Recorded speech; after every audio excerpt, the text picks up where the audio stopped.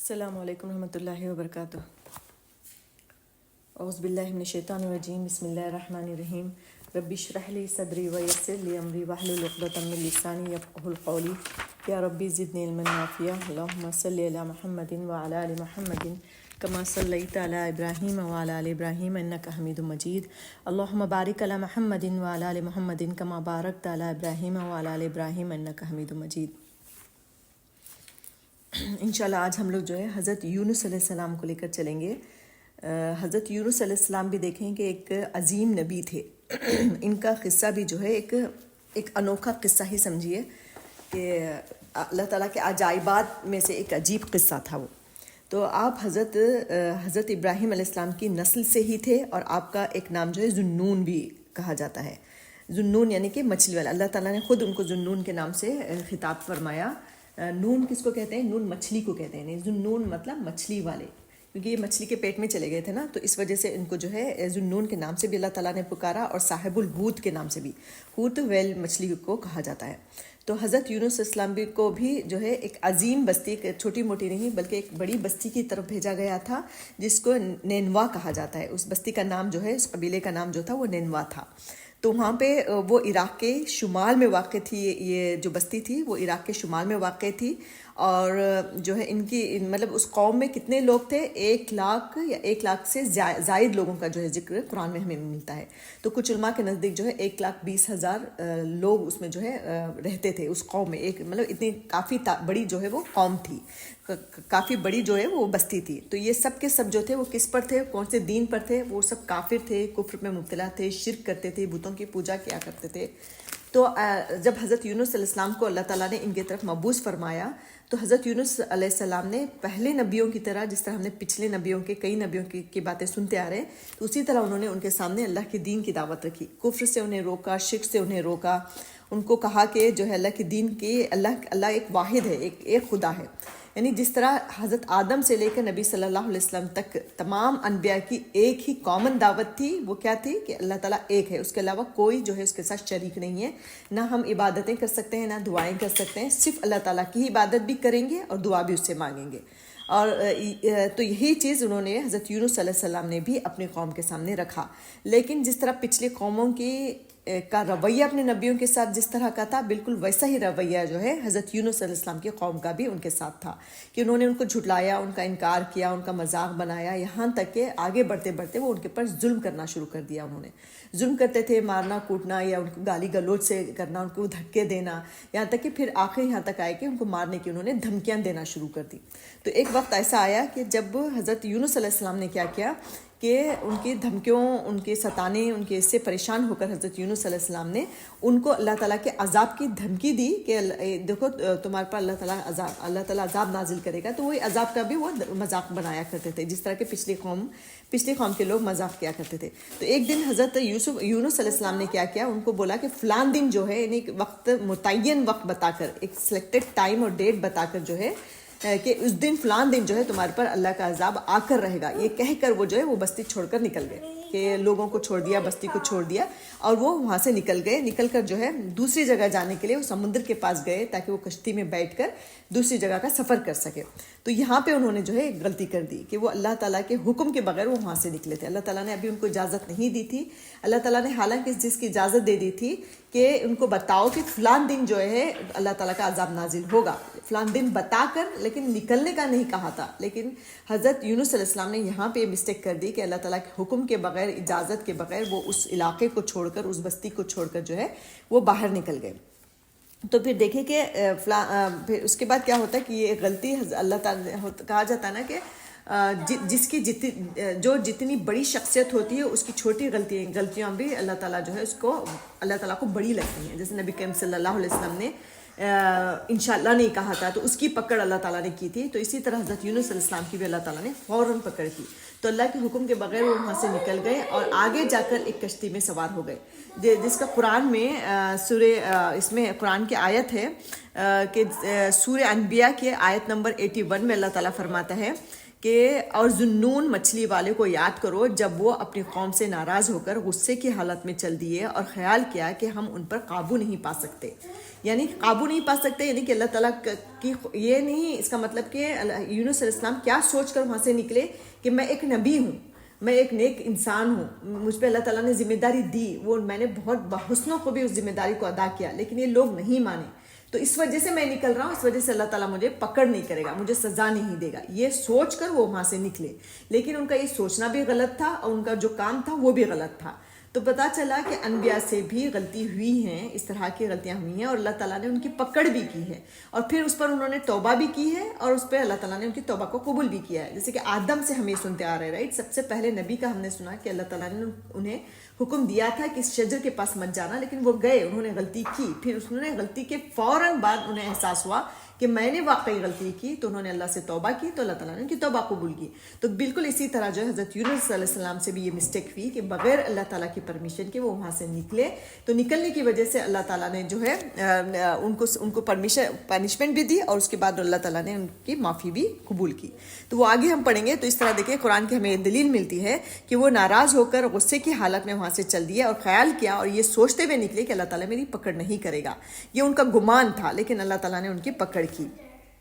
پھر دیکھیں کہ پھر اللہ تعالیٰ نہایت ایک انکساری کے ساتھ جو ہے انہوں نے اس کے بعد جو ہے اسی دوران کیا ہوا, تو وہ یہاں سے نکلے, کشتی میں سوار ہوئے, اور ادھر جو ان کے قوم کو وہ پیچھے جو چھوڑ کر آئے تھے, اسی دوران اس کی بستی پر جو ہے عذاب کے آثار دکھائی دینا شروع ہو گئے. ایک بہت بڑا بادل جو ہے آگ کے شعلوں کے ساتھ جو ہے ان کی بستی پر منڈلانے لگا, ان کی بستی کی طرف بڑھنے لگا. تو اس کو دیکھتے ہی وہ سمجھ گئے کہ یہ وہی عذاب ہے جس کا ذکر جو ہے یونس کیا کرتے تھے. حضرت یونس علیہ السلام نے جسے ہمیں دھمکایا تھا, جسے ہمیں ڈرایا تھا, یہ وہی عذاب ہے. تو پھر ان کے سرداروں نے کیا کیا کہ دیکھیں یہ ایک عقل مندی تھی ان لوگوں کی کہ انہوں نے کیا کیا, دیکھتے ہی اس کو ٹالا نہیں. جس طرح کہ میں نے پہلے بھی بہت ساری قوموں کے بارے میں آپ کے سامنے ذکر کیا کہ بتایا کہ کیسے ان کے سامنے عذاب کے پورے آثار نظر آئے, لیکن وہ اس کو جھٹلاتے رہے کہ یہ تو موسم کی خرابی ہے, یہ تو فلاں وجہ سے ہو رہا ہوگا, اس کو جھٹلاتے رہے. لیکن ان لوگوں کے یونس علیہ السلام کی قوم کی خوش نصیبی تھی کہ انہوں نے جیسے اس عذاب کے ایک اثر کو دیکھا, ایک نشانی کو دیکھا, ایک علامت کو دیکھا, تو ویسے ہی وہ فوراً اس بات کو ریئلائز کر گئے وہ کہ یہی اللہ کا عذاب ہے جس کا ذکر حضرت یونس علیہ السلام کیا کرتے تھے. تو فوراً امیڈیٹ انہوں نے نیکسٹ قدم یہ اٹھایا کہ ان کے سرداروں نے کیا کہ تمام قوم کے لوگوں کو باہر نکالے گھر سے اور سب کو ایک میدان میں جمع کیا, اور ان کو جو ہے ان کو یہ سوچنے پہ مجبور کیا کہ یہی اللہ کا عذاب ہے جس کا ڈر, جس کی دھمکی جو ہے حضرت یونس علیہ السلام دیا کرتے تھے. تو مطلب انہوں نے ایک اچھے لیڈر کی انہوں نے ایک اچھے لیڈر کا ایک سٹیپ انہوں نے ایک ثابت کیا کہ ایک اچھے لیڈر وہ ہیں کہ انہوں نے کیا سارے سرداروں نے تمام لوگوں کو جمع کیا اور ان کو ابھارا کہ یہ ہمارے پر اللہ کا عذاب آ چکا ہے, آنے والا ہے, ابھی برسا نہیں ہے, تو اس سے بیٹر ہے کہ اس سے پہلے ہمارے پاس توبہ کا راستہ ہے, ہم اللہ تعالیٰ سے کیوں نہ توبہ کر لیں. تو لہٰذا تمام لوگوں کو انہوں نے تیار کیا اس چیز کے لیے کہ سب مل کر ہم اللہ تعالیٰ سے گڑ گڑا کر توبہ کرتے ہیں. تو لہٰذا بتایا جاتا ہے, روایتوں میں آتا ہے, یہ کہاں تک صحیح ہے مجھے نہیں پتا, کہ اس وقت کے سرداروں نے انہوں نے کیا بچوں کو الگ کر دیا, ماؤں کو الگ کر دیا, شوہروں کو الگ کر دیا, کیا تاکہ پورے بغیر ڈسٹریکشنز کے جو ہے وہ اللہ تعالیٰ سے گڑ گڑا کر ایکسو ہو کر اللہ تعالیٰ سے عاجزی انکساری کے ساتھ دعا مانگے. اور عاجزی انکساری کی ایک حیت, ایک صورت پیدا کرنے کے لیے انہوں نے اپنے اچھے لباس نکال کر پیون لگے ہوئے لباس پہن لیے, اور جانوروں کو بھی ان کو بچوں سے الگ کر دیا, اور سب نے جو ہے ایسے گڑ گڑایا اللہ تعالیٰ کے آگے, ہزاروں قطار روئے, معافی مانگی.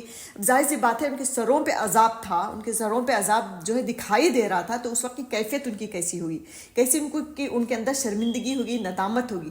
پوری ندامت, شرمندگی کے ساتھ, انکساری اور عاجزی کے ساتھ جو ہے وہ اللہ تعالیٰ کے آگے جھک گئے اور انہوں نے بہت زیادہ گڑ گڑایا.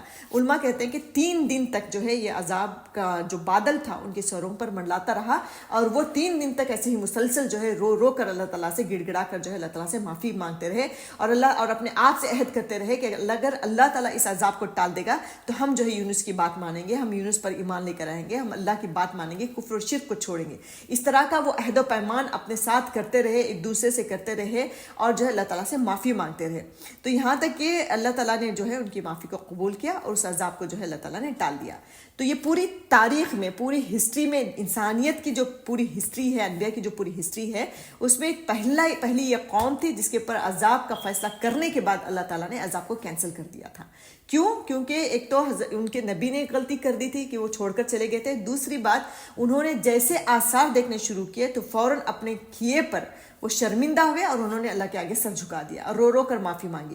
حالانکہ فرعون نے بھی جو ہے رو رو کر معافی مانگی تھی. آپ کو پتا ہوگا کہ فرعون نے بھی جب دیکھا کہ وہ سمندر میں ڈوبنا شروع کر دیا تھا، تب اس نے پکارا تھا کہ میں مانتا ہوں کہ اللہ رب ہے، میں معافی مانگتا ہوں، لیکن اللہ تعالیٰ نے اس کی توبہ کو قبول نہیں کیا تھا. تو یہ ایک واحد قوم تھی، ایک واحد بستی تھی جس کی توبہ کو اللہ تعالیٰ نے عذاب کا فیصلہ آنے کے بعد، عذاب کے آثار نظر آنے کے بعد اللہ تعالیٰ نے ان کو معاف فرمایا تھا. اللہ تعالیٰ نے ان سے جو ہے عذاب کو دور کر دیا تھا. تو یہ 1,00,000 سے زیادہ لوگ اس ٹائم موجود تھے. 1,00,000 کی پوری قوم نے جو ہے ان سے اس وقت اللہ تعالیٰ سے معافی مانگی.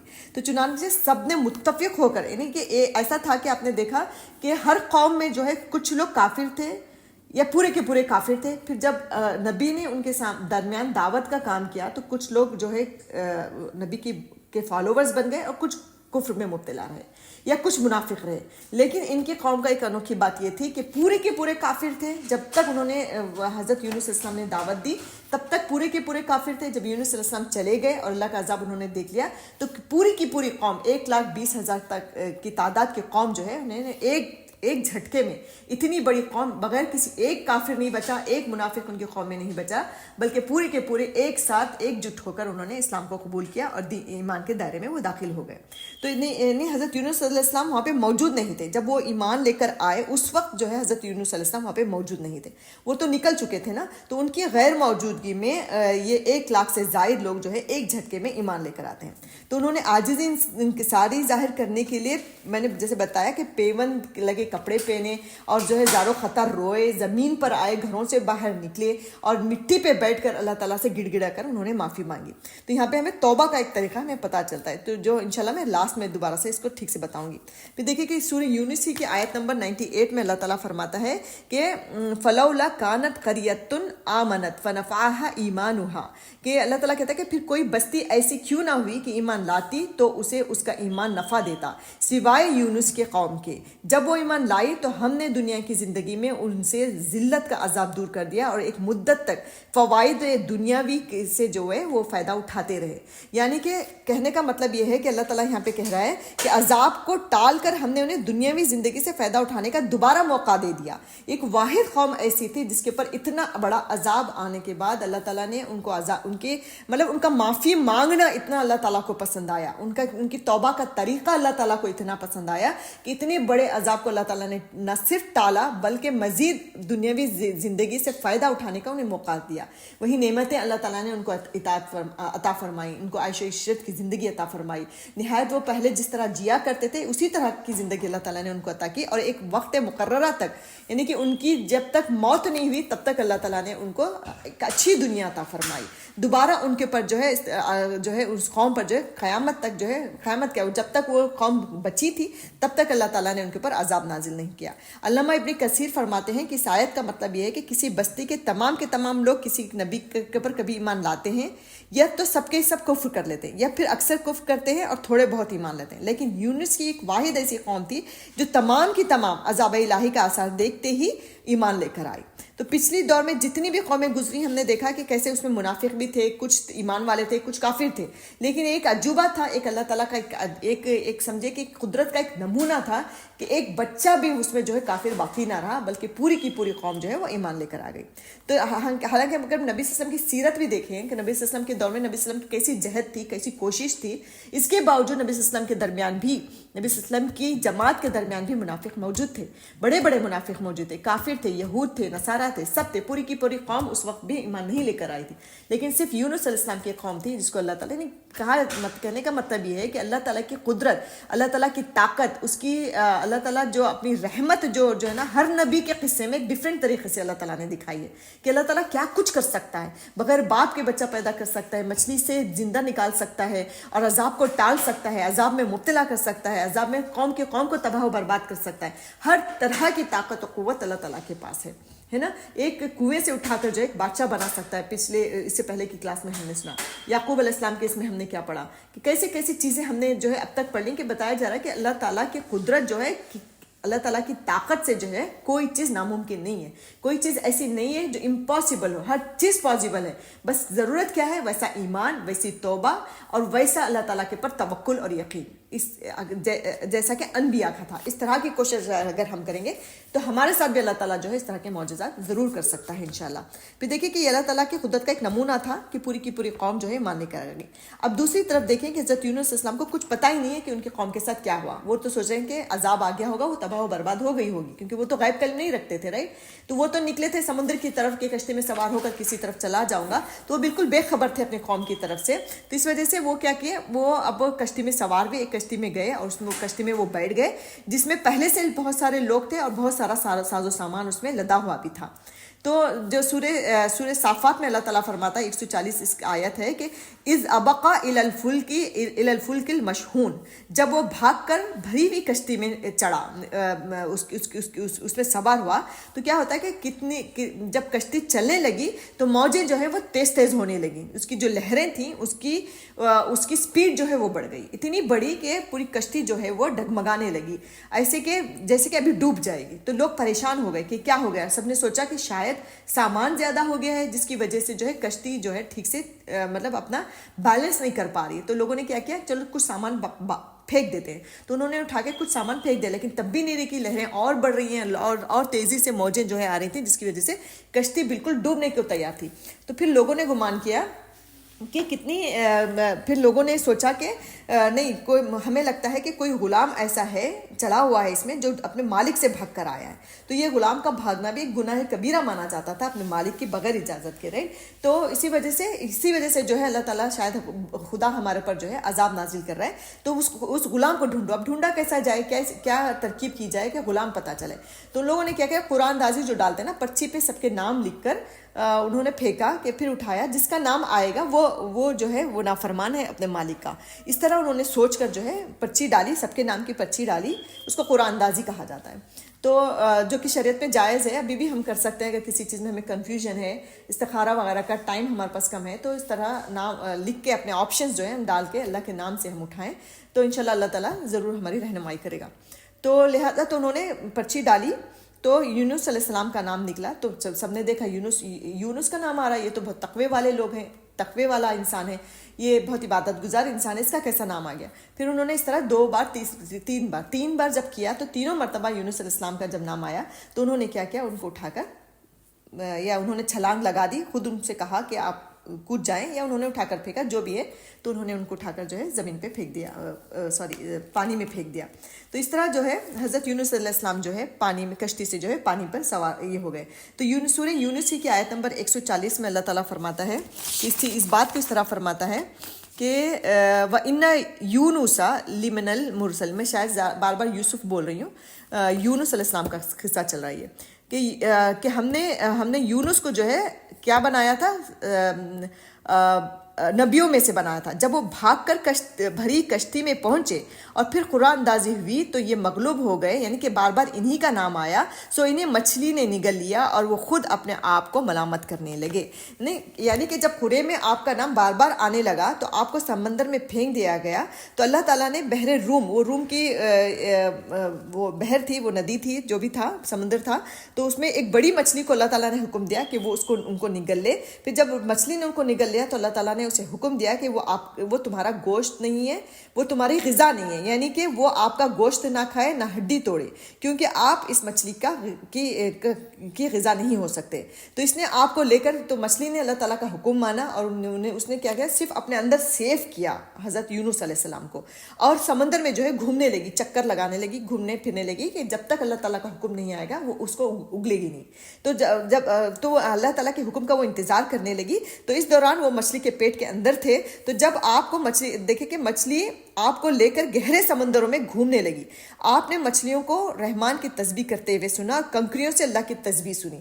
یعنی جب وہ سمندر کی گہرائی میں اندر گئے تو وہاں پہ انہوں نے آوازیں سنی کہ ہر مخلوق، سمندر کے اندر کی تمام مخلوق بھی جو ہے وہ اللہ تعالیٰ کا ذکر کر رہی ہے. اس کے اندر کے پتھر، اس کے اندر کے پودے، اس کے اندر کے جتنے بھی جانور تھے وہ سب جو ہے اللہ تعالیٰ کی تسبیح بیان کر رہے ہیں. تو اسی مقام پر یعنی کہ اللہ تعالیٰ وہ ان کی تسبیحات کو حضرت یونس علیہ السلام کو سنا کر گویا کہ اللہ تعالیٰ حضرت یونس علیہ السلام کو گائیڈ کر رہا تھا کہ اب تم شرمندہ ہو اپنے کیے پہ، کیونکہ یونس علیہ السلام جیسے مچھلی کے پیٹ میں گئے اور جب انہوں نے فیل کیا کہ وہ زندہ ہیں مچھلی کے پیٹ کے اندر بھی، تو انہوں نے ویسے ہی ان کو جو ہے احساس ہوا کہ یہ میری غلطی کی سزا ہے، جو میں بغیر پرمیشن اللہ تعالیٰ کے، بغیر حکم کے میں وہاں سے نکلا، تو شاید اللہ تعالیٰ مجھے جو ہے اس کی سزا دے رہا ہے۔ تو فوراً انہوں وہ نادم ہوئے، شرمندہ ہوئے۔ اب چونکہ توبہ کے کلمات ان کو سیکھنا تھے، تو اللہ تعالیٰ نے آس پاس سے جو ہے تسبیحات کی آوازیں ان کو سنائیں، تاکہ ان کے اندر بھی جو ہے یہ بات، مطلب اللہ تعالیٰ ایک طرح سے گائیڈ کر رہا تھا ان کو کہ اللہ تعالیٰ سے وہ معافی مانگے، اللہ تعالیٰ کا ذکر کریں۔ تو لہٰذا انہوں نے کیا کیا کہ وہیں پر اسی وقت جو بھی ان کی زبان تھی، جو بھی وہ حالت تھے، اندھیرا ہی اندھیرا تھا، ایسے موقع پر انہوں نے اللہ تعالیٰ سے معافی مانگی۔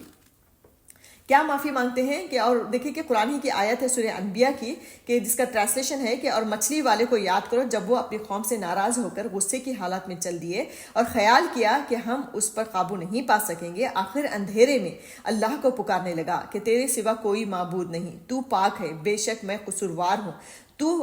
تو ہم نے ان کی دعا قبول کر لی اور ان کو غم سے نجات دی، اور ایمان والوں کو ہم اسی طرح نجات دیتے ہیں۔ تو دیکھیں کہ یہاں پہ اللہ تعالیٰ کیا فرما رہا ہے کہ اس نے خیال کیا کہ ہم اس پر قابو نہیں پائیں گے، یعنی وہی بات جو میں نے پہلے کہی، انہوں نے یہ سوچا تھا کہ میں نبی ہوں، میں ایک اچھا انسان ہوں، میں نے اپنی ذمہ داری ادا کر دی، تو اس لیے مجھے اللہ تعالیٰ کی پکڑ نہیں ہوگی۔ تو یہ ان کا سوچنا غلط تھا کہ میں ان کو نہیں پکڑوں گا۔ حالانکہ نبی جو ہے اس وقت، نبی کے لیے یہ ہے نا کہ وہ اس وقت تک اس جگہ کو نہیں چھوڑ کے ہل سکتا جب تک کہ اللہ تعالیٰ کی پرمیشن نہ ہو۔ اللہ کے نبی صلی اللہ علیہ وسلم کی اب سیرت دیکھ لیں کہ نبی کریم صلی اللہ علیہ وسلم پر اتنا ظلم و ستم ہوا مکہ میں، اتنا ان کو مارا کوٹا گیا، یہاں تک کہ ان کی موت کی سازش، ان کے قتل کی سازشیں لوگوں نے کر لی۔ لیکن اس وقت جب مسلمانوں کو بہت زیادہ ستایا جا رہا تھا، نبی صلی اللہ علیہ وسلم نے اصحاب کو حکم دے دیا تھا کہ آپ یہاں سے ہجرت کر کے جاؤ۔ کچھ مدینے کو بہت سارے لوگوں کو اللہ کے نبی صلی اللہ علیہ وسلم نے بھیج دیا، لیکن خود وہاں سے نہیں ہلے تھے جب تک کہ اللہ تعالیٰ کی پرمیشن نہیں آئے گی۔ جب اللہ تعالیٰ نے ان کو حکم دیا کہ اب یہ وقت ہے کہ آپ یہاں سے ہجرت کر نکلیں، تب وہ ابو بکر کے ساتھ وہاں سے نکلتے ہیں۔ تو یہ ہوتا ہے نبی صلی اللہ علیہ وسلم کا وہ انبیاء کی چیز کہ اللہ تعالیٰ کے حکم کے بغیر وہ سرزمین کو چھوڑ کر نہیں نکل سکتے۔ لیکن حضرت یونس علیہ السلام سے یہ غلطی ہو چکی تھی، تو یہاں پہ اللہ تعالیٰ کہہ رہا ہے کہ چونکہ غلطی ہو گئی تھی، اسی وجہ سے اللہ تعالیٰ نے ان کو سزا کے طور پر مچھلی کے پیٹ کے اندر جو ہے قید کر دیا تھا۔ تو دیکھیں ارشاد باری تعالیٰ، اللہ تعالیٰ کیا کہہ رہا ہے کہ پھر اگر وہ اللہ کی پاکیزگی بیان نہ کرتے، پھر انہوں نے وہاں پہ معافی مانگی، اللہ تعالیٰ سے دعا کی وہ کہ اللہ تعالیٰ مجھے معاف فرما، وہ دعا بھی میں آپ کو بتاؤں گی آگے۔ تو انہوں نے کہا، دیکھیں کہ پھر انہوں نے فنادا فی الظلمات، بالآخر وہ اندھیروں کے اندر سے پکار اٹھا کہ میں اندھیروں سے مراد اندھیروں، یعنی کہ اندھیرا نہیں کہا قرآن کی آیت میں، اندھیروں کہا ہے۔ کیا کون سے اندھیرے تھے؟ علماء کہتے ہیں کہ ایک تو اندھیرا مچھلی کے پیٹ کا، پھر سمندر کا اندھیرا، پھر رات کا اندھیرا، وہ رات کا وقت تھا۔ تو 3 پے در پہ اندھیروں میں سے وہ اللہ تعالیٰ کو پکارتے ہیں حضرت یونس علیہ السلام۔ تو کیا پتہ چلتا ہے یہاں سے کہ آپ کہیں بھی ہوں، کسی بھی جگہ پہ ہوں، کہیں سے بھی پکار رہے ہو، تو اللہ تعالیٰ تک آپ کی آواز ضرور پہنچے گی۔ آپ کو کسی ذریعے کی ضرورت نہیں ہے، کسی ٹول کی ضرورت نہیں ہے۔ لوگوں نے یہ ایک مارکیٹ بنا رکھا نا، ایک بزنس کے، اللہ تعالیٰ کو ذریعے کی ضرورت ہوتی ہے۔ ہم تمہاری بات اللہ تعالیٰ تک پہنچائیں گے کہ تم ہمارے سے کہو کہ ہم نے تمہیں کس دعا کی ضرورت ہے، ہم اس کو اللہ تعالیٰ تک پہنچائیں گے۔ یعنی کہ اولیاء بن کر بیٹھے ہیں، ولی اللہ، پیر، مرشدوں کا یہی بزنس ہوا کرتا ہے نا۔ تو نہیں، اللہ تعالیٰ کو ان سب چیزوں کی ضرورت نہیں ہے، بلکہ قرآن میں اللہ تعالیٰ ایک جگہ فرماتا ہے کہ میں تمہاری شہرگ سے بھی زیادہ قریب ہوں۔ یہ جو ہماری شہرگ ہے نا، گردن میں جو شہرگ ہے اس کو کہتے ہیں شہرگ، تو اس سے بھی زیادہ قریب ہے اللہ تعالیٰ۔ جو بھی ہماری ضرورت ہے، جو بھی ہم پریشانی میں مبتلا ہیں، اگر ہم اللہ تعالیٰ کو پکارتے ہیں تو وہ اللہ تعالیٰ ڈائریکٹ سنتا ہے۔ اس میں کسی سہارے کی، کسی ذریعے کی ضرورت نہیں ہوتی، کسی کانٹیکٹ کی ضرورت نہیں ہوتی۔ تو یہ 3 اندھیروں میں سے جب یونس علیہ السلام نے پکارا، ارشاد باری تعالیٰ ہے کہ اللہ تعالیٰ فرماتا ہے کہ پھر اگر وہ اللہ کی پاکیزگی بیان نہ کرتے تو وہ اس روز تک اس کے پیٹ میں رہتے جب کہ لوگوں کو دوبارہ زندہ کیا جائے گا۔ مطلب یہ ہے کہ اگر آپ وہاں پہ اللہ کی تسبیح نہ بیان کرتے، اللہ تعالیٰ کو یاد نہ کرتے، اپنے گناہ پر شرمندہ نہیں ہوتے، تو اللہ تعالیٰ ان کو قیامت تک مچھلی کے پیٹ میں رکھتے، اور اللہ کے سامنے عاجزی کرتے ہوئے جب انہوں نے توبہ نہیں کرتے تو قیامت تک وہ وہیں رہتے، قیامت کو مچھلی کے پیٹ سے زندہ ہو کر وہ باہر نکلتے۔ تو دوسرا مطلب اس کا یہ ہے کہ اگر وہ مچھلی کے پیٹ میں جانے سے پہلے اللہ کی تسبیح کرنے والے نہ ہوتے، یعنی کہ اللہ کی اطاعت کرنے والے، نماز پڑھنے والے، ذکر کرنے والے نہ ہوتے، تو نجات نہیں ملتی۔ یعنی دیکھیں 2 باتیں ہمیں یہاں پہ مل رہی ہیں۔ ایک تو یہ ہے کہ اگر آپ کے اعمال و کردار ہمیشہ سے اچھے تھے، تھے, ہے نا.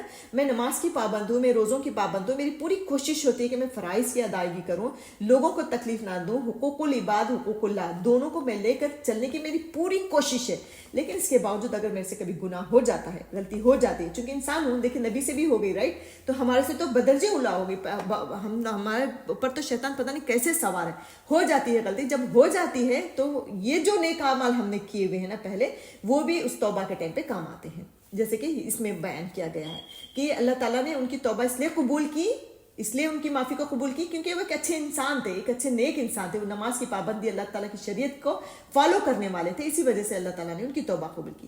یہ کہ اگر وہ اگر وہ عبادت گزار نہیں ہوتا تو ہم اس کی توبہ قبول نہیں کرتے, یا مچھلی کے اندر وہ اللہ تعالیٰ کو یاد نہیں کرتا تو ہم اس کی توبہ قبول نہیں کرتے. دونوں باتیں ہیں.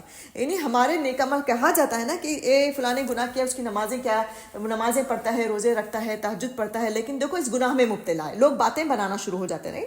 تو یہ سب جہالت کی بات ہے کہ وہی عبادتیں, وہی نیکیاں اس کی جو ہے اس کی کسی گناہ پہ کام آ سکتی ہیں, جس طرح کہ یونس علیہ السلام کی آئیں, رائٹ. یا اس موقع پہ اللہ تعالیٰ گناہ ہو گیا, فوراً اس کے اوپر شرمندہ ہو کر اللہ تعالیٰ سے معافی مانگنا, اس وقت کا ذکر کرنا بھی ہمارے لیے بہت فائدہ مند ہے. اور جو ہم نے پچھلی جو عبادتیں کی ہوئی ہیں, پچھلی جو نیکیاں کی ہوئی ہیں, وہ بھی کبھی ضائع نہیں ہوتی, وہ بھی ہمیں جو ہے وہ اس گناہ کے ٹائم پہ کام آتی ہیں. تو لہٰذا یہ سوچ کر کہ یہ میرے فلاں کے لوگوں کو تانا دینا کہ یہ تو بہت نماز کا پابند ہے لیکن پھر بھی گناہ, اس کی نمازیں اس کی کیا کام آتی ہیں, لوگ یہی بولتے ہیں نا. یہ ہمارا ایک کامن جملہ ہے, کامن بولتے ہیں ہم لوگ, کسی کو دیکھتے ہیں کسی غلط کام میں تو اس کی نمازیں اس کو کیا کام آتی ہوں گی, کہ یہ تو اتنا جھوٹ بولتا ہے لیکن اس کی نمازیں اس کو کیا کام آتی ہیں. آتی ہیں نمازیں کام, روزے بھی کام آتے. کوئی کسی بھی عبادت کو کسی بھی گناہ سے کمپیئر نہیں کیا جا سکتا, رائٹ. تو یہ دیکھیں کہ یہ ہمیں یہاں سے ایک چیز ملتی ہے. پھر دیکھیں اس کی تائید میں حضرت عبداللہ بن عباس کی حدیث ہمیں ملتی ہے کہ نبی صلی اللہ علیہ وسلم نے فرمایا کہ اے لڑکے, میں تجھے کچھ باتیں سکھاتا ہوں, اللہ کا خیال رکھ, اسے یاد رکھ, اس کے احکام کا خیال رکھ, یعنی شریعت کی پابندی کر, اللہ تیرا خیال رکھے گا. سمجھ میں آئی بات کہ جب آپ کو موقع ہو, جب آپ کو ہدایت مل رہی ہے, آج مجھے نماز کی ہدایت مل رہی ہے تو مجھے نماز پڑھ لینی چاہیے, اس سے کوتاہی نہیں کرنی ہے. کیونکہ آج میں اگر نماز پڑھ رہی ہوں, میں اللہ تعالیٰ کی شریعت کے کسی حکم کو میں مان رہی ہوں, تو کل جب میرے سے گناہ ہوگا تب اللہ تعالیٰ ہمیں یاد رکھے گا. یہ کہنے کا مطلب ہے اس حدیث میں کہ نبی صلی اللہ علیہ وسلم کیا کہہ رہے ہیں کہ اللہ کا خیال رکھ, اسے یاد رکھ, اس کے احکام کا خیال رکھ, اللہ تیرا خیال رکھے گا. اللہ کا خیال رکھ, تو اسے اپنے سامنے پائے گا. راحت کے وقت اللہ کے ہاں معروف ہو, یعنی اس سے تعلق جوڑ کر رکھ, وہ مشکل کے وقت تجھے پہچانے گا. یعنی جب آپ کو راحت ہو, سکون ہو, جب آپ کے یہاں خوشیاں ہوں, اس وقت جب ہم اللہ تعالیٰ کی شریعت کے پابند ہوں گے, تو جب ہم پریشان حال ہوں گے تب اللہ تعالیٰ ہمیں یاد رکھے گا. وہ گناہوں کے اعتبار سے بھی ہے, مصائب کے اعتبار سے بھی ہے, فزیکل جو پریشانیاں جو ہمارے گھروں میں مصیبتیں آتی ہیں, دونوں اعتبار سے بھی ہے, نیک اعمال کے اعتبار سے بھی ہے, اور جو ہے بیماریوں کے اعتبار سے بھی ہے. کہ ہر خوشی کے موقع پر, ہر اچھی عبادت کے ٹائم پہ ہم اللہ تعالیٰ کو جب اچھے سے اخلاص سے یاد کرتے ہیں, تو برے وقت میں یا گناہوں کے ٹائم پہ اللہ تعالیٰ ہمیں نہیں بھلاتا, ہمیں یاد رکھتا کہ یہ اچھا بندہ ہے, اس سے مسٹیک ہوئی ہے. ایک ہوتا ہے جو عبادت ہی نہیں کر رہا ہے, جو نمازیں ہی نہیں پڑھ رہا ہے, جو کبھی پابند ہی نہیں نماز کا, غفلت میں پڑا ہوا ہے. جب اسے گناہ, بڑے عظیم گناہ کبیرہ جب ہوتا ہے, تو اللہ تعالیٰ کیوں یاد کرے گا اس کو, کیونکہ اللہ تعالیٰ یہی سوچے گا نا کہ یہ تو گنہگار انسان ہی ہے, کیا اس کی توبہ میں قبول کروں, رائٹ. تو جب ان اچھے لوگوں سے جب گناہ ہوتا ہے تو اللہ تعالیٰ اس کی اچھائیوں کو کبھی نہیں بھلاتا. تو یہ ہمیں چیز ملتی ہے. پھر دیکھیں امام ابن جریر رحمۃ اللہ علیہ نے تفسیر میں حضرت ابو ہریرہ کی روایت سے حدیث بیان کی ہے کہ نبی کریم صلی اللہ علیہ وسلم نے فرمایا, جب اللہ تعالیٰ نے یونس کو مچھلی کے پیٹ میں قید کرنے کا ارادہ فرمایا تو اللہ نے مچھلی کو وحی کی, اسے لے لو, لیکن یہ اس کا گوشت زخمی نہ کرنا اور ہڈی نہ توڑنا. مچھلی نے یونس کو اٹھا کر سمندروں کے چکر لگایا. یونس نے سمجھا کہ وہ مر گئے ہیں, وہ فوت ہو چکے ہیں. پھر اپنا سر ہلایا تو محسوس کیا کہ وہ زندہ ہیں. پھر انہوں نے اپنے رب سے دعا کی, اللہ تعالیٰ نے دعا قبول فرمائی, اور جب مچھلی سمندر کے تہ تک پہنچی تو یونس کو ایک آواز سنائی دی. آپ نے دل میں کہا یہ کیا ہے, تو اللہ تعالیٰ نے آپ کی طرف وحی فرمائی کہ یہ سمندر کے جانوروں کی تسبیح کرنے کی آواز ہے. مچھلی کو حکم دیا تو اس نے آپ کو ساحل پر لا ڈالا, اور جیسے اللہ تعالیٰ نے فرمایا کہ وہ ہوا سقیم, وہ اس وقت بیمار تھا. تو یہ پوری ان کے سمندر کی کہانی ہے کہ کس طرح انہوں نے جب نیچے تک مچھلی لے کر گئی تو پتہ چلا کہ اللہ کی ہر مخلوق، زمین کے اوپر کی، زمین کے نیچے کی، آسمان میں اڑنے والے ہر ایک جو ہے اللہ تعالیٰ کی تسبیح میں مشغول ہے. ایک ہم ہی انسان ہوتے ہیں جو ہر وقت جو ہے زیادہ تر جو ہے نافرمانی میں مبتلا ہوتے ہیں، حالانکہ اللہ تعالیٰ نے ہمیں ان کے مقابلے میں اشرف المخلوقات بنایا، رائٹ؟ تو زیادہ حق ہمارا بنتا ہے کہ ہم اللہ تعالیٰ کی تسبیح بیان کریں. لیکن یہ ہے کہ اللہ تعالیٰ کی زمین و آسمان کی، پہاڑوں کے نیچے کی، سمندروں کے نیچے کی، آسمان پہ اڑنے والے ہر چرند پرند جو ہے اللہ تعالیٰ کی تسبیح بیان کرائے. تو اس طرح اللہ تعالیٰ نے یونس علیہ السلام کو سکھایا کہ آپ دعا کریں. اب دیکھیں کہ انہوں نے امام ابن ابی حاتم رحمۃ اللہ علیہ نے اپنی تفسیر میں بیان کیا ہے کہ یونس کو مچھلی کے پیٹ میں ان الفاظ کے ساتھ دعا کرنے کا خیال آیا کہ لا الہ الا انتا سبحانک انی کنت من الظالمین. اے اللہ تیرے سوا کوئی معبود نہیں، تو پاک ہے اور بے شک میں قصوروار ہوں. دیکھیں نبیوں کی دعا کرنے کا طریقہ دیکھیں. اس سے پہلے ہم نے ایوب علیہ السلام کا پڑھا تھا لاسٹ کلاس میں کہ ان کی دعا کیا تھی، ربی انی مسنی الضر وانت ارحم الراحمین. اے میرے رب میں مشکل میں ہوں اور تو رحمان و رحیم ہے. یعنی انبیاء جو ہے اپنی تکلیف کا پورے طور پہ کھول کر بیان کرتے ہوئے بھی اس بات سے ڈرتے ہیں کہ کہیں ناشکری نہ ہو، کہیں میں جو ہے بے صبرا پن میرا نہ جھلک پائے. تو اسی طرح حضرت یونس علیہ السلام کی بھی دعا تھی. صرف انہوں نے کہا کہ اللہ تیرے سوا کوئی معبود نہیں، تو پاک ہے اور بے شک میں قصوروار ہوں، میں گنہگار ہوں. انہوں نے یہ نہیں کہا کہ میں اندھیرے میں ہوں، میں مشکل میں ہوں، میں بہت زیادہ تکلیف میں ہوں، میں یہاں پہ گھٹ رہا ہوں، میں سانس نہیں لے پا رہا. اس طرح کی کوئی بات نہیں کی. بس اللہ تعالیٰ کی رحمت سے اس کو کنیکٹ کیا، اللہ تعالیٰ کی رحمانیت کا ذکر کیا اور کہا کہ تو جو ہے بہت زیادہ رحمان اور رحیم ہے، تیرے سوا کوئی معبود نہیں، تو پاک ہے، میں گنہگار ہوں. اس طرح انہوں نے اشارہ دے کر اللہ تعالیٰ سے معافی مانگی. تو یہ انبیاء کی دعا کا طریقہ ہمیں ملتا ہے کہ کس طرح ہمیں دعاؤں میں بھی احتیاط کرنا ہے کہ اس میں شکوہ شکایت نہ آ جائے اللہ تعالیٰ سے کہ تو نے مجھے بیماری دے دی، میں کتنے دن تک برداشت کروں، میں کیسے برداشت کروں، اب میں تھک چکی ہوں.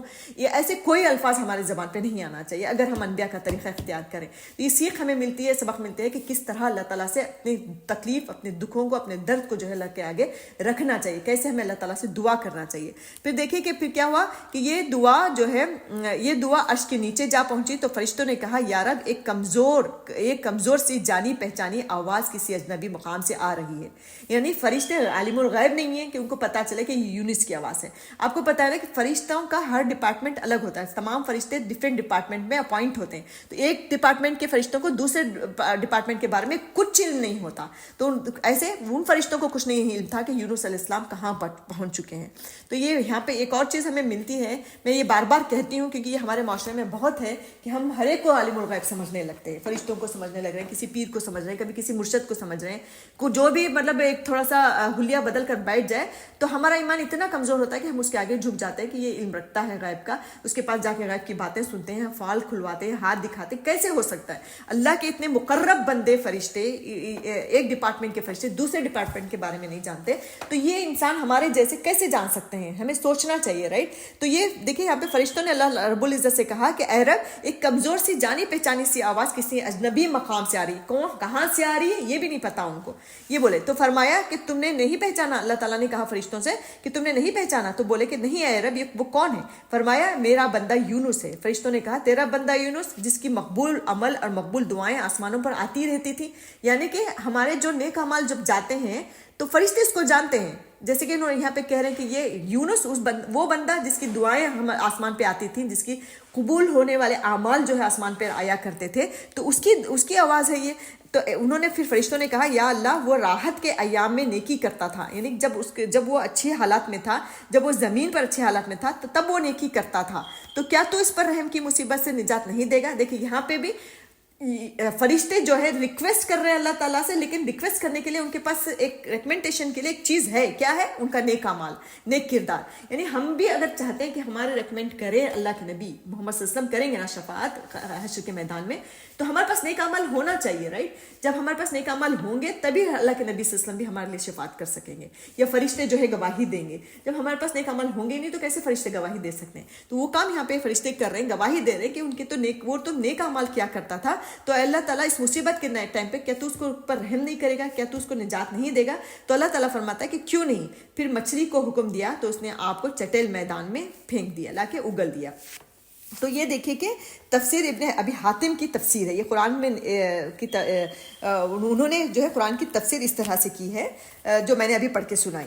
تو پھر دیکھیں اللہ تعالیٰ نے فرمایا کہ فَنَبَذْنَاهُ، یعنی ہم نے اسے ڈال دیا بِالْعَرَاءِ، بنجر مقام پر جس میں کوئی درخت نہ تھا، وہ ہوا سقیم، اور آپ بیماری میں کمزور ہو گئے تھے. یعنی اللہ تعالیٰ بتا رہا ہے اس بات کی ان کو اگلنے کے بعد کی سچویشن حضرت یونس علیہ السلام کی کیا تھی. کہ اب دیکھیں یونس علیہ السلام کتنے دن جو ہے مچھلی کے پیٹ میں تھے, اس میں اختلاف ہے. بعض علماء کہتے ہیں کہ 3 دن تھے, بعض کہتے ہیں کہ 7 دن تھے, اور بعض علماء کے نزدیک پورے 40 دن تک وہ جو ہے مچھلی کے پیٹ میں رہے اور مچھلی لے کر ان کو گھومتی رہی. تو اس دوران وہ جو ہے بہت کمزور, ظاہر سی بات ہے آکسیجن نہیں مل رہی, کھانا نہیں مل رہا, ان کو جو ہے روشنی نہیں مل رہی, تو کیا ہو سکتا ہے کہ انسان ہے تو انسان تھی نا, تو فزیکل طور پہ تو وہ ایک پوری انسانی باڈی تھی ان کی, تو پورے طور پر وہ جھلس گئے تھے, مرجھا گئے تھے, طاقت ان کی پوری سلب ہو گئی تھی. بلکہ ایک صحابی کہتے ہیں کہ وہ جب ابن عباس فرماتے ہیں کہ وہ نوزائیدہ بچے کی طرح تھے, جیسے بچہ پیٹ سے ماں کے پیٹ سے نکلتا ہے کیسے بالکل بے طاقت ہوتا ہے, کچھ بھی اس کے اندر جو ہے کسی بھی چیز کو پکڑنے کی دیکھنے کی صلاحیت نہیں رہتی, طاقت اور قوت نہیں رہتی. بالکل ایسے یونس علیہ السلام کی حالت تھی جب مچھلی نے ان کو لا کر اگلا. مچھلی نے کیا کیا, سمندر کے کسی کنارے پر لا کر جو ہے ان کو مطلب قید کر دیا یا اگل دیا, جس کی وجہ سے پھٹ سے وہ آ کر باہر پڑے. لیکن اتنی طاقت اتنی سخت نہیں تھی کہ وہ وہاں سے موو بھی ہو سکتے تھے, اتنے کمزور, بالکل نوزائیدہ بچے کی طرح, نیو بورن جو بچہ ہوتا ہے نا, بالکل ایسے تھے. تو پھر دیکھیے کہ ہم نے پھر آگے اللہ تعالیٰ کہتا ہے کہ وَأَنبَتْنَا عَلَيْهِ شَجَرَةً من یقطین, ہم نے اس پر ایک بیل دار درخت اگا دیا. متعدد صحابہ تابعین بیان کرتے ہیں کہ یہ بیل جو ہے کدو کی تھی یا کدو نما کوئی پھل تھا. اس طرح کی بیل اللہ تعالیٰ نے جو ہے وہاں پہ اگا دی. کھٹ سے اللہ تعالیٰ کی قدرت سے کوئی بھی چیز ناممکن نہیں ہے. تو ایسے سمندر میں جہاں پہ پیڑ پودے, سمندر کے کنارے پر ریت وغیرہ ہی ہوتی ہے, لیکن اللہ تعالیٰ نے وہاں پہ ایک بیل اگا دی. وہ بیل بھی ایسی تھی جس کے بارے میں آتا ہے کہ جس کے پتے جو ہے وہ انتہائی نرم تھے, بہت ہی سافٹ تھے, تعداد میں وہ بہت زیادہ تھے, ایسے تھے کہ وہ ان کو سایہ کر رہے تھے, دھوپ سے بچا رہے تھے. یعنی ایسی بیل ان کے اوپر آ گئی, چھا گئی کہ وہ بیل جو ہے ان کو دھوپ سے بچا رہی تھی, سایہ کر رہی تھی, ٹھنڈی چھاؤں تھی. اس کے علاوہ اس کے پتوں کے اندر یہ خاصیت تھی کہ کوئی بھی وہ بولتے ہیں نا, جو حشرات جو بولتے ہیں, کیڑے مکوڑے, جو اس طرح کی چیزیں جو ہوتی ہیں زمین سے جو نکلنے والی چیزیں ہوتی ہیں, وہ اس کے قریب نہیں آ سکتے تھے. ان پتوں میں جو ہے وہ اللہ تعالیٰ نے وہ خاصیت رکھی ہوئی تھی. کوئی مکھی, مچھر, کوئی کیڑا, کوئی بھی جو ہے ان کے قریب نہیں آ سکتا تھا. اس طرح حضرت یونس علیہ السلام کی اللہ تعالیٰ نے حفاظت فرمائی. اب ظاہر سی بات ہے بے جان ایک بچے کی طرح پڑے ہوئے ہیں, کوئی بھی سانپ آ کے کاٹ دیتا, بچھو آ کے ان کو ڈس لیتا, کچھ تو ہو سکتا تھا نا. تو اللہ تعالیٰ نے ان تمام چیزوں سے بھی ان کی حفاظت فرمائی. اور اس میں پھل بھی اللہ تعالیٰ نے عطا فرمائے اس بیل میں, کہ اس کا پھل کیا تھا, شروع سے آخر تک کھایا جا سکتا تھا. یعنی ایسا نہیں کہ اس کا چھلکا نہیں کھا رہے, چھلو, کاٹو, بیج نکالو, پھر اس کے سلائس بناؤ, کھاؤ, اس طرح کا کچھ نہیں تھا. بس لیا اور کھا لیا. اس کا بیج, اندر کے بیج ہیں, چھلکا ہے, اوپر سے نیچے تک پورا کا پورا جو ہے وہ پھل کھایا جا سکتا تھا. ایسا پھل اللہ تعالیٰ نے اس میں عطا کیا. وہی یا تو وہ کدو تھا یا کدو کی طرح کوئی پھل تھا. دیکھیے کہ اب یہ, اور وہ جو پھل تھا اس میں ایسی طاقت تھی جو دماغ کو بھی قوت دیتی تھی اور جو جسم کو بھی توانا کرتی تھی. پھر اللہ تعالیٰ کے حکم سے ایک جنگلی ہرنی جو ہے صبح شام آ کر آپ کو دودھ پلاتی تھی. یہ آپ پر اللہ تعالیٰ کی رحمت اور اس کا احسان تھا, اس لیے کہ اللہ تعالیٰ نے کیا فرمایا کہ فَاسْتَجَبْنَا لَهُ, پھر ہم نے اس کی دعا قبول کر لی. وَنَجَّيْنَاهُ مِنَ الْغَمِّ, اور ان کے غم سے نجات عطا فرمائی. وَكَذَلِكَ نُنَجِّي الْمُؤْمِنِينَ, اور ایمان والوں کو ہم اس طرح نجات دیا کرتے ہیں. پھر وہی بات جس طرح میں نے یعقوب علیہ السلام کو بتایا کہ اتنی بیماری کے بعد جب اللہ تعالیٰ نے نجات دی تو اللہ تعالیٰ نے آخر میں کیا بات کہی, ہم ایمان والوں کو ایسی ہی نجات دیتے ہیں, ہم صبر کرنے والوں کو ایسی ہی نجات دیتے ہیں. جو شریعت پر قائم رہتا ہے, صبر کرتے ہوئے, برداشت کرتے ہوئے, شرعی اصولوں پر عمل کرتا ہے, ہم ان کو ایسے ہی بدلے دیا کرتے ہیں. اللہ تعالیٰ نے ہر نبی کو جب مصیبت سے نکالنے کے بعد جو آیت بیان کی یہی کی کہ ہم ایسے ہی جو ہے ایمان والوں کو نجات دیتے ہیں. تو ان کی حدیث میں آتا ہے, دیکھیں اللہ کے نبی صلی اللہ علیہ وسلم فرماتے ہیں کہ انہوں نے, نبی صلی اللہ علیہ وسلم نے جو ہے اصحاب کو یہ دعا سکھائی کہ آپ جب بھی مصیبت میں ہو, جب بھی پریشانی میں ہو, تو حضرت یونس علیہ السلام کی دعا پڑھا کرو, تو اس سے جو ہے اللہ تعالیٰ آپ کی پریشانی اور مصیبت کو دور کر دیتا ہے. کیا ہے وہ, لا الہ الا انت سبحانک انی کنت من الظالمین. اس کا ورد کرتے رہنا. کئی بار اس کی کوئی گنتی اللہ کے نبی صلی اللہ علیہ وسلم نے نہیں بتائی کہ کون 100 مرتبہ فجر میں, 100 مرتبہ مغرب میں, اس طرح کا کوئی ذکر ہمیں نہیں ملتا. آپ اگر کسی پریشانی میں مبتلا ہیں, جتنی آپ کی بڑی پریشانی ہے اتنا زیادہ پڑھتے رہیں لا الہ الا انت سبحانک انی. کیا ہے اس میں کوئی شرک, کیا کہ قرآن کی آیت ہے اور یونس علیہ السلام کی دعا ہے. ایک تو دیکھیں دعا مانگنا یہ نیکی کا کام ہے, دوسرا انبیاء کی زبان میں دعا مانگنا یہ ڈبل اجر کا کام ہے, اور تیسرے نبی صلی اللہ علیہ وسلم نے اس کا حکم دے سکھایا ہے, تو سنت بھی ہو گیا. تو انبیاء کی دعاؤں کو اپنے دعاؤں کا حصہ بنائیں. اپنی جو بھی دعائیں آپ کو مانگنی ہیں وہ انبیاء کے الفاظ میں مانگیں, تو یہ زیادہ مؤثر دعائیں ہوتی ہیں. اللہ تعالیٰ اس کو قبول کرتا ہے. نبی صلی اللہ علیہ وسلم نے حدیث ہے اس کی کہ نبی صلی اللہ علیہ وسلم نے فرمایا کہ اس طرح کی دعائیں کرو. کہ یہ دعا جو ہے، خاص کر یہ دعا جو ہے نا کہ لا الہ الا انت سبحانک انی کنت من الظالمین، اس کی کوئی قید نہیں کہ آپ 10 مرتبہ پڑھیں، 20 مرتبہ پڑھتے رہیں. مطلب اس کا ہے نا کہ جیسے یونس علیہ السلام کا کہا ہے نا کہ وہ 3 دن تھے، 7 دن تھے یا 40 دن تھے، وہ جتنے بھی دن تھے وہ مسلسل یہ پڑھتے رہے، مسلسل کنٹینیوس، نہایت رو رو کے اللہ سے معافی مانگتے ہوئے یہ دعا مسلسل وہ پڑھتے رہے. کوئی کاؤنٹ، کوئی نمبر نہیں تھا ان کے پاس، بس پڑھتے رہے. اور اللہ تعالیٰ نے ان کی دعا قبول کی، اور اتنی بڑی مصیبت سے، سمندروں کے اندھیرے سے، مچھلی کے اندھیرے سے باہر نکال کر، نہ صرف نکالا بلکہ ان کو اگین توانا ہونے کا، اگین طاقتور ہونے کی پوری سہولیات اللہ تعالیٰ نے وہاں پہ مہیا کر دی. پھر دیکھیے کہ پھر رفتہ رفتہ جو ہے آپ صحت مند ہوتے گئے، پھر آپ اٹھنے اور چلنے کے قابل بھی ہو گئے. وہ دودھ پیتے رہے، مطلب دودھ بھی ایسا کہا جاتا ہے کہ وہ اٹھ کر نہیں کر، بلکہ بکری جو آتی تھی وہ 2 ٹانگیں پھیلا کر ان کے منہ کے پاس ایسے کھڑی ہوتی تھی کہ اس کا تھن جو ہے ڈائریکٹ ان کے منہ میں پڑتا تھا. تو وہ جتنا پی سکتے تھے چوس کے پی لیتے تھے، اس کے بعد جو ہے چھوڑ دیتے تھے. پھر وہ آتی تھی اس طرح، مطلب اتنی طاقت ان کی سلب ہو گئی تھی، اتنی بالکل طاقت نہیں تھی ان کے پاس کہ وہ کھڑے ہو کر بھی بیٹھ کر پی سکتے تھے، لیٹے لیٹے ہی پیتے تھے. پھر وہ پی کر، وہ پھل کھا کر، اس کی چھاؤں میں رہ کر اللہ تعالیٰ نے، دیکھیے یہاں پہ پھر سے وہی بات کہ اللہ تعالیٰ نے دنیاوی اسباب پیدا کیے. جس طرح کہ یعقوب علیہ السلام کے لیے اللہ تعالیٰ نے چشمہ نازل کیا، اور چشمہ نکالا زمین سے، اور اس کو پینے اور نہانے کا حکم دیا، رائٹ. تو پتہ ہے دنیاوی اسباب ضروری ہوتے ہیں، رائٹ. دنیاوی اسباب کے بغیر صرف آپ بیٹھ کر کسی کونے میں ایک تسبیح لے کر آپ کہہ رہے ہیں کہ اللہ تعالیٰ میری مدد کر دے کر دے کر دے کر دے، اس طرح آپ کتنا بھی پڑھتے رہو، تسبیح ذکر کرتے رہو، آپ کی مدد کیسے کرے گا اللہ تعالیٰ جب تک کہ آپ اٹھ کر اسباب اختیار نہ کریں. تو یہ اللہ تعالیٰ، یہ تو نبی تھے، اللہ تعالیٰ نے ان کو وہیں تک ان کے اسباب پیدا کر. دنیاوی اسباب کے بغیر ہمارا کچھ نہیں ہو سکتا. اللہ سے دعا، توکل، یقین اور اسباب کی کوشش، تبھی جو ہے ہماری پوری پریشانی دور ہو سکتی ہے، دعائیں قبول ہو سکتی ہیں، رائٹ. تو اس طرح جو ہے پھر رفتہ رفتہ وہ صحت مند ہوتے گئے. پھر اتنے صحت مند ہو کے اٹھ کر اور چلنے پھرنے کے جب وہ قابل ہو گئے، تب اللہ تعالیٰ نے ان کو حکم دیا کہ اب آپ اپنی قوم کی طرف جاؤ، اور جو ہے جا کر جو ہے پھر سے دین کا کام کرو، جو کہ آلریڈی دین ایمان لا چکی تھی. اب چونکہ احکامات، قوانین وغیرہ دینے ہوتے ہیں، وہ سب چیزیں کرو. تو اس طرح سورہ صافات کی آیت نمبر 148 میں اللہ تعالیٰ فرماتا ہے کہ ہم نے ان کو 1,00,000 یا اس سے زائد ان لوگوں کی طرف بھیجا تو وہ ایمان لے آئے، لہٰذا ہم بھی ان کو ایک وقت تک کے لیے دنیا میں فائدہ اٹھانے کے لیے چھوڑ دیا. یعنی اس کے بعد وہی بات کہ اللہ تعالیٰ نے ان کو پوری دنیا کی نعمتیں بھی اللہ تعالیٰ نے اس نبی اور نبی کے لوگوں کو دی، اور وہ مسلسل جو ہے وہ عبادت کرتے رہے. تو یہ پوری زندگی تھی حضرت یونس علیہ السلام کی، کہ کس طرح انہوں نے جو ہے پریشان ہو کر دعوت کا کام کیا، پھر لوگوں سے پریشان ہو کر وہ نکل گئے وہاں سے اللہ کے حکم کے بغیر. پھر اللہ تعالیٰ کو یہ بات بری لگی تو اللہ تعالیٰ نے ان کو اس پہ پکڑ کی اور ان کو مچھلی کے پیٹ تک گیا. پھر جانے کے بعد انہوں نے معافی مانگی، توبہ کی، استغفار کیا، تو پھر ان کو مچھلی سے باہر بھی نکالا اور پوری صحت بھی دی، اور دوبارہ اپنی قوم کی طرف بھی بھیجا، یعنی کہ دوبارہ اپوائنٹ کیا اس جاب پہ. پھر جو ہے ان کو اور ان کی قوم کو جو ہے پوری دوبارہ سے اللہ تعالیٰ نے کیا دنیا بھی عطا فرمایا. تو پورے اس میں دیکھیں ہمیں کیا چیز ملتی ہے. پورے اس میں بہت ساری چیزیں ملتی ہیں اگر آپ بیٹھ کر غور کر کے خود نکالیں کہ میری زندگی میں اس سے کیا کنیکشن ہے، کیا کنیکٹ کر سکتی ہوں میں، رائٹ. تو ایک چیز ہے سب سے بڑی چیز کہ توبہ جو ہے کسی بھی حالت میں ہمیں نہیں چھوڑنا ہے، کسی بھی حالت میں. کتنی مرتبہ بھی آپ کے ساتھ گناہ ہو جائے لیکن ہمیں اللہ سے توبہ کرنا نہیں چھوڑنا ہے. دیکھیں ایمان باللہ اور توبہ کے مسائل، اللہ پر ایمان اور مشکلوں میں مصائب کے پر فوراً اپنے گناہ کی طرف رجوع ہو کر توبہ کرنا. کوئی بھی ہمارے گھر میں پریشانی ہو رہی ہے، بچے نافرمان نکل رہے ہیں، رزق میں کمی ہو رہی ہے، جاب کا خرچہ ہے، کچھ بھی آ رہا ہے، تو فوراً اس وقت کنیکٹ کریں اپنی ذات سے کہ میرے سے کوئی گناہ تو نہیں ہو رہا ہے، میرے گناہوں یا غلطیوں کی وجہ سے میرے پر یہ مصیبت تو نہیں آ رہی. کوئی بڑی بیماری ہمیں آ گئی تو اس بیماری کو کوسنے کے بجائے علاج معالج کی طرف بھاگیں ضرور، لیکن اس سے پہلے ضرور اپنے آپ کو کھنگالیں کہ دیکھیں کہ میرے اندر سے کوئی گناہ تو نہیں ہو رہا، میرے سے کوئی غلطی تو نہیں ہوگی جس کی وجہ سے اللہ تعالیٰ میرے پر یہ مصیبت نازل کر رہا ہے. تو جیسے فیل ہو کہ ہاں میرے سے غلطیاں ہو رہی ہیں تو فوراً توبہ میں چکے. حضرت یونس نے یہی کیا نا، جب تک کشتی میں بیٹھے تب تک ان کو وہ یہی سوچ رہے تھے کہ مجھے اللہ پکڑے گا نہیں، یہ میری غلطی نہیں ہے، رائٹ. تو جیسے اللہ تعالیٰ نے ان کے اوپر مصیبت نازل کی، جیسے وہ مچھلی کے پیٹ میں گئے، فوراً انہوں نے احساس کیا یقیناً میرے سے غلطی ہوئی ہے.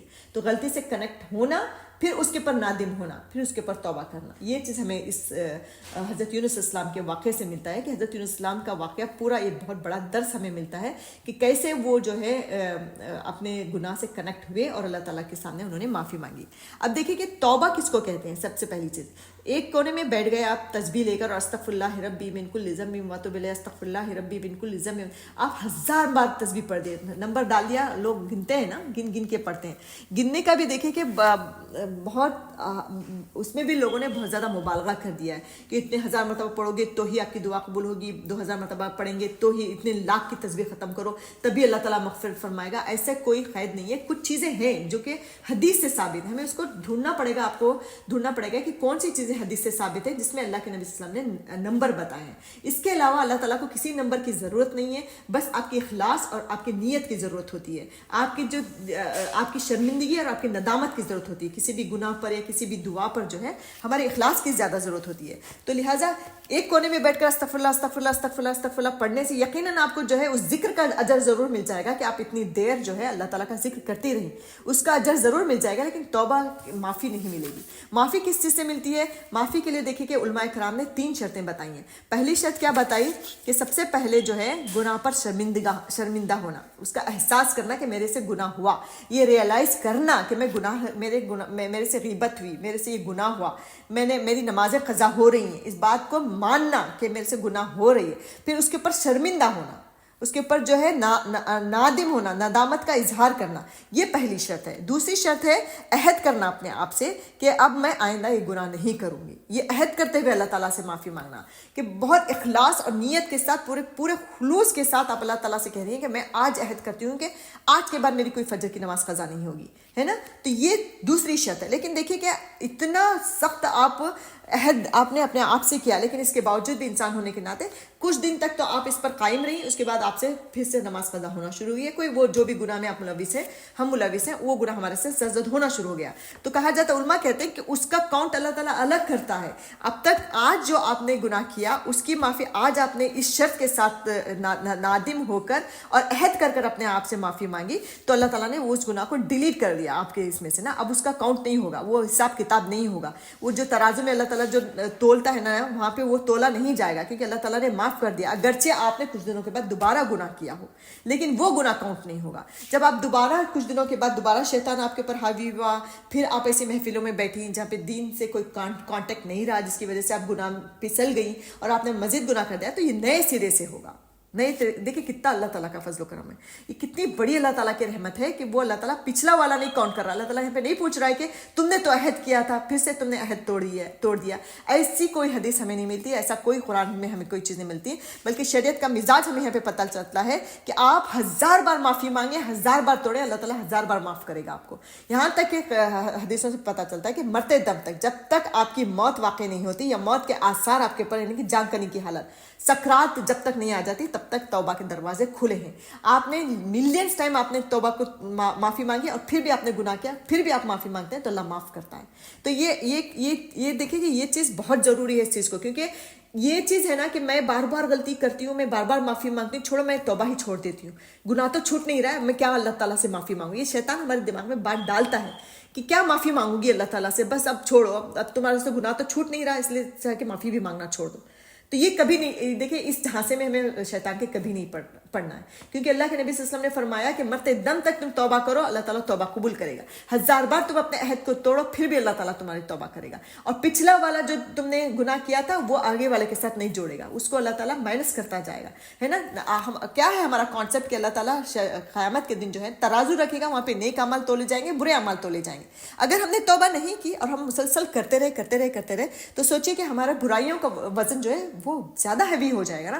اس کے بجائے اگر ہم معافی مانگتے رہے اللہ تعالیٰ سے، وہ ڈیلیٹ ہوتا گیا، لیکن وہی نیت اللہ تعالیٰ جانتا ہے کہ آپ اخلاص نیت کے ساتھ عہد کر رہے ہیں یا نہیں کر رہے ہیں، یا ایسے ہی عادتاً کر رہے ہیں کہ اللہ تعالیٰ میں دوبارہ نہیں کروں گی۔ یہ چیز کاؤنٹ نہیں ہو، یہ چیز اللہ تعالیٰ ضرور کاؤنٹ کرے گا، اس کو ضرور جو ہے نہیں مٹائے گا اللہ تعالیٰ، لیکن آپ اخلاص نیت کے ساتھ کہہ رہی ہیں، عہد کر رہی ہیں کہ میں آگے نہیں کروں گی، لیکن پھر بھی آپ سے ہو جاتا ہے، تو انسان ہونے کے ناطے اللہ تعالیٰ اس کو ڈیلیٹ کر دیتا ہے، کیونکہ انسان سمجھتے ہوئے آپ کو نا اپنی رحمت سے۔ تو یہ ہوتا ہے توبہ کا کانسیپٹ کہ کتنے بھی ہو اللہ تعالیٰ، دیکھیں 2 شرائط ہو گئے نا، تو ایک ہے شرمندگی کے ساتھ ماننا کہ میں نے گناہ کیا، اس کے پر نادم ہونا، شرمندہ ہونا. دوسرا ہے عہد کرنا اپنے آپ سے کہ میں ابھی گناہ نہیں کروں گا. تیسرا ہے کہ اگر وہ گناہ کا تعلق کسی بندے سے ہے تو بندے سے جب تک معافی نہیں مانگیں گے، اور بندہ جب تک معاف نہیں کرے گا تب تک اللہ تعالیٰ آپ کو معاف نہیں کرے گا. یہ ہے توبہ کی شرائط ہے نا. تو ان شرائط کے ساتھ اگر آپ استغفار پڑھتی ہیں، دعا کرتی ہیں اللہ تعالیٰ سے، تو اللہ تعالیٰ آپ کی دعا قبول فرمائے گا. دیکھیے کہ ایک مرتبہ حضرت علی رضی اللہ عنہ نے ایک مرتبہ ایک شخص کو توبہ کی گردان کرتے ہوئے دیکھا. گردان میں توبہ توبہ استغفر اللہ استغفر اللہ استغفر اللہ، اس طرح تسبیح پڑھ رہا تھا وہ بیٹھ کے کسی کونے میں. تو انہوں نے کہا، حضرت علی نے اس کو دیکھ کر کہا یہ جھوٹوں کی توبہ کر رہا ہے، اس لیے اس کی توبہ قبول نہیں ہوگی اس طرح.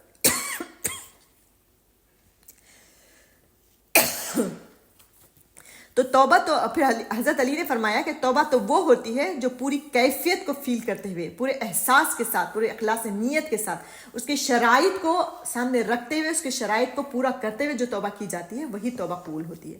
حدیث ہے، دیکھیں ایک توبہ کی فضیلت میں ایک حدیث میں آپ لوگوں کو بیان کرتی ہوں کہ ایک نبی صلی اللہ علیہ وسلم نے فرمایا، ایک شخص ہے، یعنی ایک تشبیہ دے کے نبی صلی اللہ علیہ وسلم نے فرمایا کہ توبہ سے اللہ تعالیٰ کتنا خوش ہوتا ہے.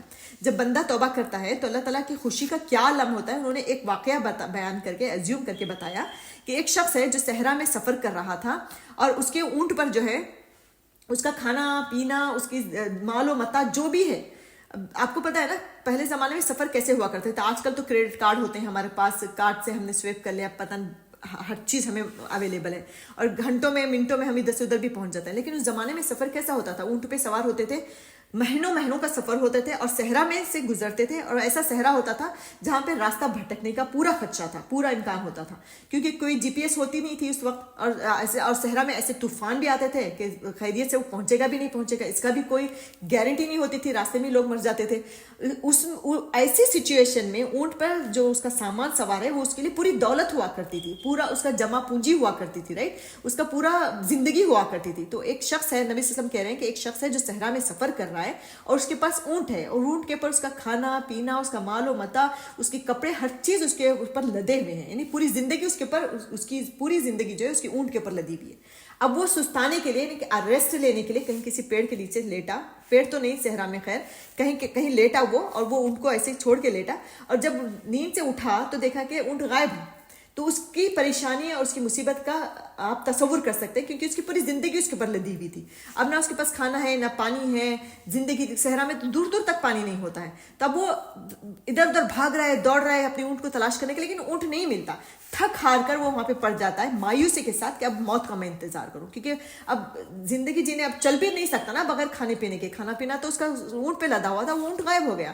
اب وہ کیسے جی سکتا ہے؟ تو اب وہ مایوس ہو گیا. مایوس ہو کر اب موت کے انتظار میں وہ نیچے زمین پر پڑا. پھر اچانک سے جب اٹھا تو کیا دیکھتا ہے کہ وہ اونٹ پورے ساز و سامان کے ساتھ دوبارہ اس کے سامنے کھڑا ہے. اب اس کی جو خوشی ہوتی ہے، آپ امیجن کر سکتے ہیں کہ اس کی زندگی لوٹ آئی، گویا کہ پلٹ آئی.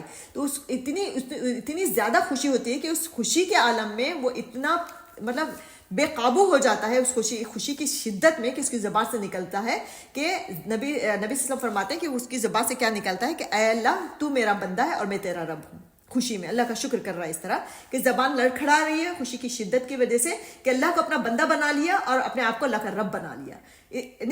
اس کے باوجود بتا رہا ہے کہ نبی کریم صلی اللہ علیہ وسلم کیا بتانا چاہ رہے ہیں کہ یعنی جب بندہ گناہ کر کے جب اللہ کی طرف لوٹتا ہے اور توبہ کرتا ہے تو اللہ تعالیٰ کی خوشی کا عالم بھی یہی ہوتا ہے جس طرح اس بندے کا تھا. تو یہ ہے. تو توبہ سے ہمیں کبھی بھی مایوس نہیں ہونا ہے، کسی بھی گناہ سے مایوس نہیں ہونا ہے. پہلے تو پوری ہماری حتی الامکان کوشش ہونی چاہیے کہ گناہ ہو ہی نہ ہمارے سے، لیکن چونکہ انسان ہیں گناہ تو ہوں گے ہی. تو اسی اب گناہ ہو رہے ہیں بول کے اس کو چھوڑ دیں گے تو ہم مزید گناہ میں لت پت ہوتے چلے جائیں گے، حتیٰ کہ ہماری موت واقع ہو جائے گی. اسی لیے گناہ کا احساس کرنا اور فوراً اس کے اوپر نادم ہونا اور اس پہ توبہ کرنا، جیسے کہ یونس علیہ السلام نے کیا، جیسے کہ یعقوب علیہ السلام سے تو خیر کچھ نہیں ہوا تھا اس طرح سے، لیکن یونس علیہ السلام سے ہمیں یہ سبق ملتا ہے کہ ان سے جیسے غلطی بھی آدم علیہ السلام سے ہمیں ملا تھا کہ کیسے انہوں نے شجر کا پھل کھایا تو فوراً اللہ کے سامنے گر گئے. تو یہ نبیوں سے ہمیں ملتا ہے کہ فوراً اللہ کے آگے جھکیں اور توبہ اور استغفار کریں، اور کبھی مایوس نہ ہوں کہ اب میں کتنے بار توبہ کروں، میں جو ہے توبہ چھوڑ دیتی ہوں. اس طرح دیکھیں یہ توبہ کا کانسیپٹ دوسرے مذاہب میں نہ ہونے کی وجہ سے لوگ کیا کرتے ہیں، خودکشیاں کر لیتے ہیں نا. کیونکہ اللہ تعالیٰ نے انسان کی فطرت بہت اچھی بنائی ہے، چاہے وہ کسی بھی مذہب سے تعلق رکھنے والا ہو، جب اس سے کوئی بڑا گناہ سرزد ہوتا ہے تو اس کا ضمیر اسے ملامت کرتا ہے، اتنا ملامت کرتا ہے کہ لوگوں کے پاس توبہ کا کانسیپٹ نہیں ہے، کہ وہ ملامت میں کیا کرتے ہیں، وہ سوسائڈ کر لیتے ہیں پریشان حال ہو کے کہ میں نے فلاں کے ساتھ اتنا کیا، میں نے قتل کر دیا، میں نے زنا کر دیا، میں نے بہت بڑا گناہ کیا، اس وجہ سے میں جی نہیں پا رہا، اس لیے میں اپنے آپ کو ختم کر رہا ہوں۔ ایسے بہت سے واقعات ہمیں ملتے ہیں، لیکن اسلام ہمیں کانسیپٹ دیتا ہے توبہ کی، کتنا بھی بڑا گناہ آپ کے ساتھ ہو جائے۔ دیکھیں ایک نبی کا ایک اس سرزمین کو چھوڑنا یہ بہت بڑا گناہ تھا، لیکن اس کے باوجود اللہ تعالیٰ نے معاف کر دیا ان کو، لیکن معافی مانگنے پر، نادم ہونے پر، رائٹ۔ تو یہ کانسیپٹ، یہ اللہ تعالیٰ کی بہت بڑی نعمت ہے ہمارے لیے کہ اللہ تعالیٰ نے یہ کانسیپٹ رکھا اسلام میں کہ توبہ کا راستہ کھول کے رکھا، توبہ کا دروازہ مرتے دم تک اللہ تعالیٰ نے کھول کے رکھا ہے۔ تو یہ چیز ملتی ہے، بس اللہ تعالیٰ ہمیں بہت زیادہ توفیق اور ہدایت دے کہ کوئی غلط کام ہمارے سے ہو ہی نہ انشاءاللہ، اور اگر ہو تو اللہ تعالیٰ ہمیں توفیق کی، ندامت کی توفیق عطا فرمائے۔ وآخر دعوانا الحمد للہ رب العالمین، سبحانک اللہم وبحمدک، نشہد ان لا الہ الا انت، نستغفرک ونتوب الیک۔ السلام علیکم ورحمۃ اللہ وبرکاتہ۔